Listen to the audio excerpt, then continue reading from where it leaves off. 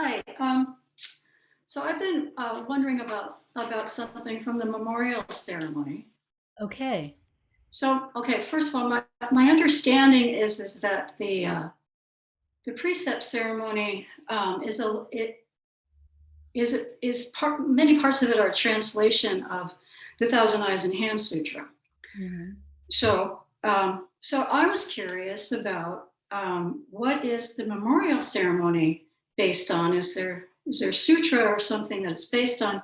And I'm particularly interested in the part that says on page 7, conditions and relationships appear and disappear like reflections in a mirror. The effect of karma arise and decline like a water bucket, rising and falling in a well. So where my thoughts go with that is a couple of places. So San talks about smashing the lacquer bucket. Mhm. Chiyono, the enlightenment experience in Japan, was around a bucket. And so I was just curious, about this bucket imagery and about the memorial ceremony and possibly where it comes from. Thank you. Thanks. I wish I could answer that. Um, a bucket is just a bucket. The memorial ceremony comes from many sources. I do know that. But I don't know which specific thing comes from where. And, a bucket can be used in many ways. So, Sosan talks in the Mirror of Zen or the Handbook of Zen Training, depending on the translation. He talks about if a bucket is very thick, and he's talking about a lacquer bucket, a thickly lacquered bucket, when it's smashed, it makes a big sound.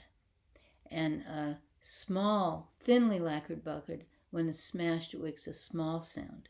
And what that's saying, what that particular metaphor means, is if you have this great question and this great question and this great question, and then when you when you break through that question, then wow, whereas if you have this great question, but it doesn't build up and build up and build up. You just have this question, and then it's like a small thing, and then everyone thinks, oh, I want to be like the big bucket, you know, but it's not a competition.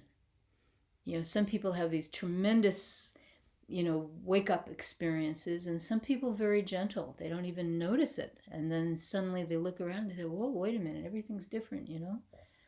And so that's what that metaphor is about. I don't know about the enlightenment thing you're talking about, and I'm not sure who you were talking about. Because I was thinking when you said it, the great Korean teacher Chinol, but Chinol, all of his awakenings happened in libraries when he was reading texts, which is not how it's supposed to be. But they all happen in libraries. So, and then there's, of course, a bucket you put into a well, you bring up water. So that's a different kind of using a bucket as metaphor. But to answer your question, I don't actually know where most of it comes from. I do know the human root comes from, I believe, an 11th century Korean monk. But that's the only thing in the ceremony that I know where it comes from. I do want to go back to Tom's talk and say something about that I meant to talk about when he was talking about the temple rules. And he talked about if you die tomorrow, what kind of body will you get? And I don't know about you, I'm not particularly I don't know what the word is. I don't base my life on the notion that I may or may not be reborn in a certain kind of body. Um, the question for me is, who is it to be reborn? That's the important question. And whether or not we're reborn, who is this? What am I? That's the important question. But I want to point out that if you wake up tomorrow, who are you going to be? That's what that's really pointing to. It's really pointing in 5 minutes, who are you going to be? What kind of body will you get? That means what kind of life are you living? How are you helping this world? What are you doing with your mind? That's what that question is. It's not a question. It's not a statement. Rather, it's not a statement about or a question about, what kind of body will you get if you die in 40 years. It's about right now, what are you doing? So I just wanted to say that. Are there any other questions?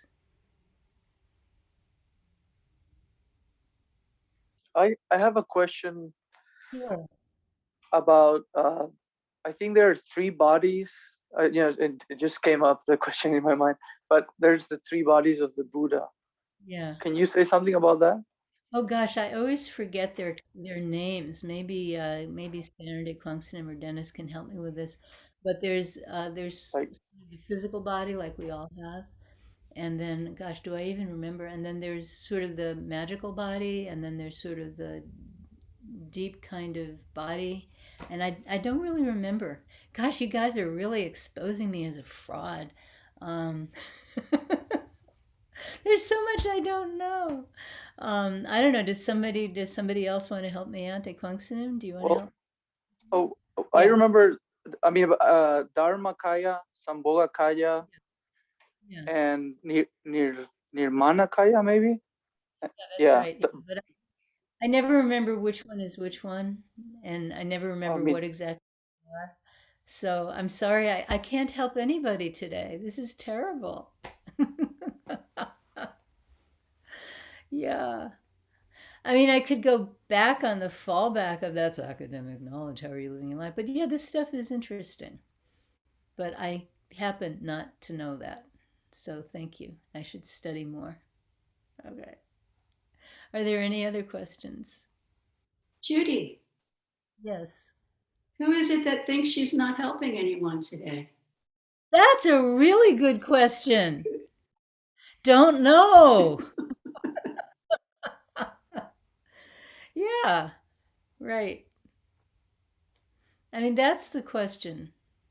That's, this great question, this what do. That's what's really important. The I'm a big fan of, um, I won't say exactly studying the sutras, but I would say learning the intellectual and the metaphorical stuff that goes around Buddhas, like the three bodies of the Buddha, that kind of stuff. And we do a lot of classes here. We're doing a class on basic Buddhist concepts um, in 2 weeks from yesterday, actually, that I'll be teaching. And I promise I will know what I'm talking about when I do that. Um, but these, all of this stuff is just pointing to something. And it's what they're pointing to that's so important. And there are different vocabularies, um, different concepts. You have the Theravada, you have the Mahayana, you have the Vajrayana, which is Tibetan style. Theravada is basically Southeast Asian, and including Sri Lanka, and Mahayana is basically East Asia, and then Vajrayana is Mongolia and Tibet. Um, and within those, you have these groups that disagree with each other. So within the Mahayana, for example, you have Pure Land, you have Huayan, you have Zen, you have a bunch of others that I'm not remembering right now. And they all have these like different sort of ways to think academically, and then they argue with each other. And then within Zen, you have like the Kaodong, which in Japan becomes Soto. You have the Lin Chi, which in Japan becomes Rinzai, and then in Korean Zen, and also into Vietnam. And so you have all these different things, and they disagree with each other, but they're all pointing to the same thing, you know.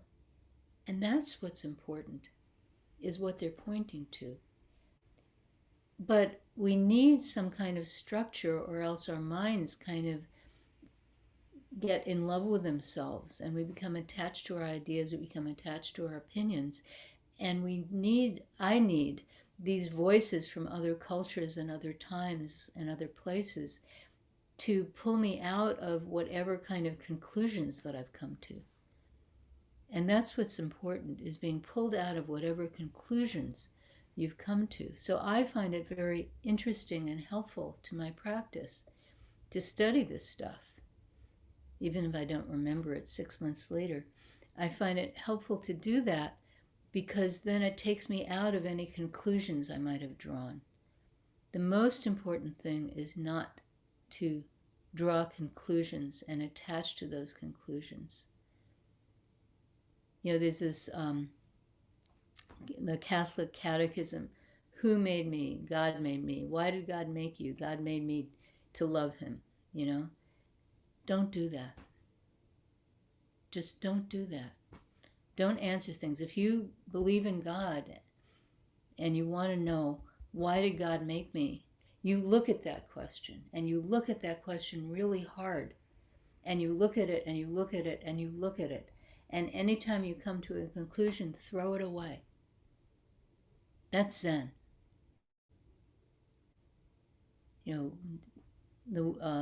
Like it says in the Diamond Sutra, do not be attached to your opinions.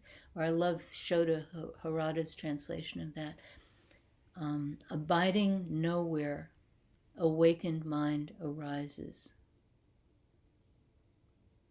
So if you truly abide nowhere, and I'm not talking about living in a van, I'm talking about your mind.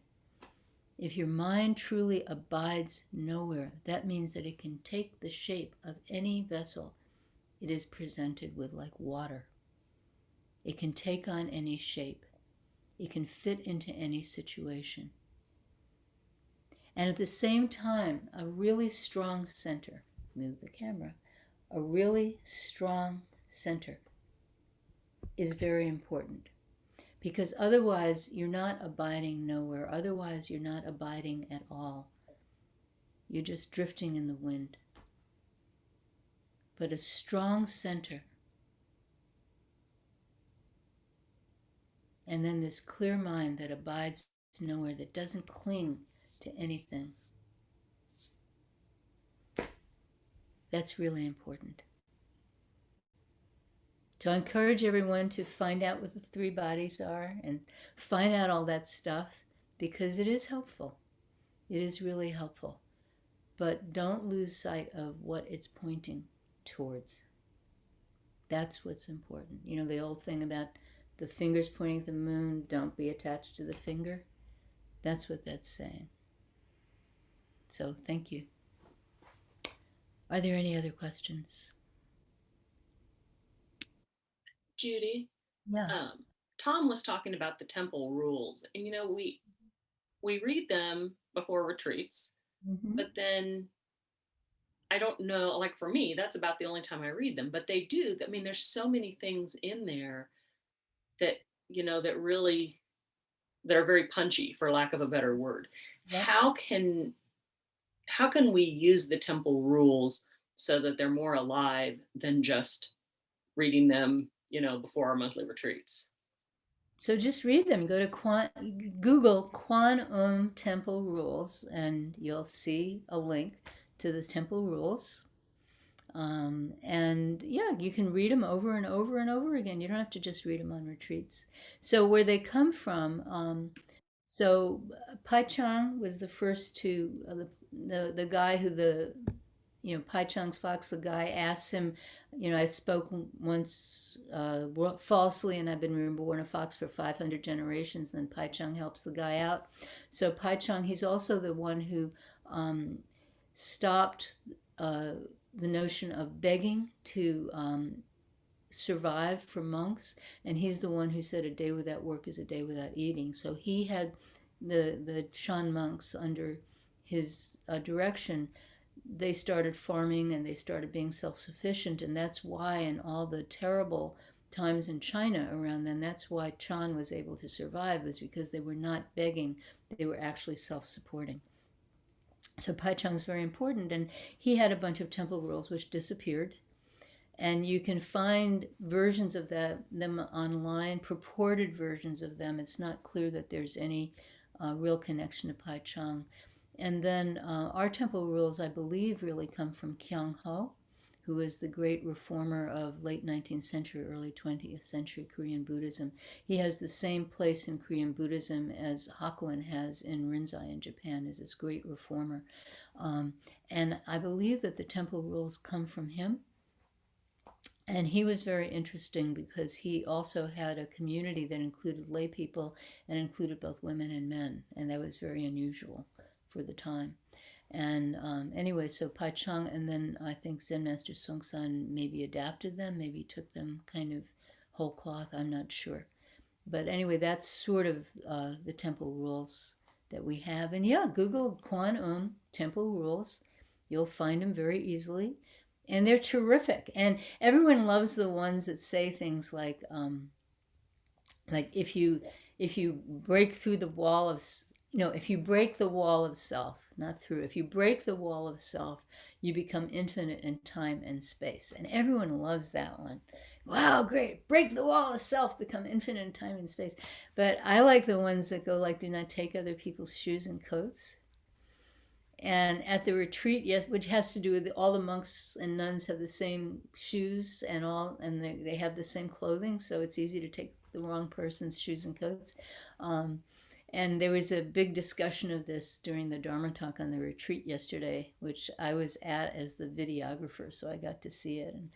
And Stan was saying something about how, take it, the people's shoes and coats, not so important, and I don't know, I won't name the person because they might be shy, but somebody jumped in and said, but you took someone's coat a long time ago, after practice by mistake. And so do not take other people's shoes and coats is really important. So anyway, they're wonderful. And they have these wonderful poems in them. And they have things like if a cow drinks water, the water becomes milk. If a snake drinks water, the water becomes venom. And that's like, the bucket thing. Like, I want to be a big bucket, not a small bucket. But, maybe a cow's good sometimes. Maybe a snake is good sometimes. Right? And just so many wonderful things. Where are you going? Watch your step. Water flows down to the sea. Clouds float out over the ocean. I mean, there's all this amazing stuff in the temple rules. And so I really recommend that. Google Quantum Zen temple rules. They're very cool. And so, but there's only one real temple rule, and it's just like there's only one real precept, and that is not for me. That's it. For whom? Not for me. Our life is not about this. That's all the precepts point to that. All the temple rules point to that. So but there's some really cool stuff pointing to that. Thank you for your question. Do not gossip. That's another one. Do not play games. You're a monk. You're in a monastery. You're a nun. You're in this monastery. You're supposed to be practicing all the time. Do not play games with other people. So, anyway, thank you for your question of the temple rules. Okay, so our time is up, so we can stop recording.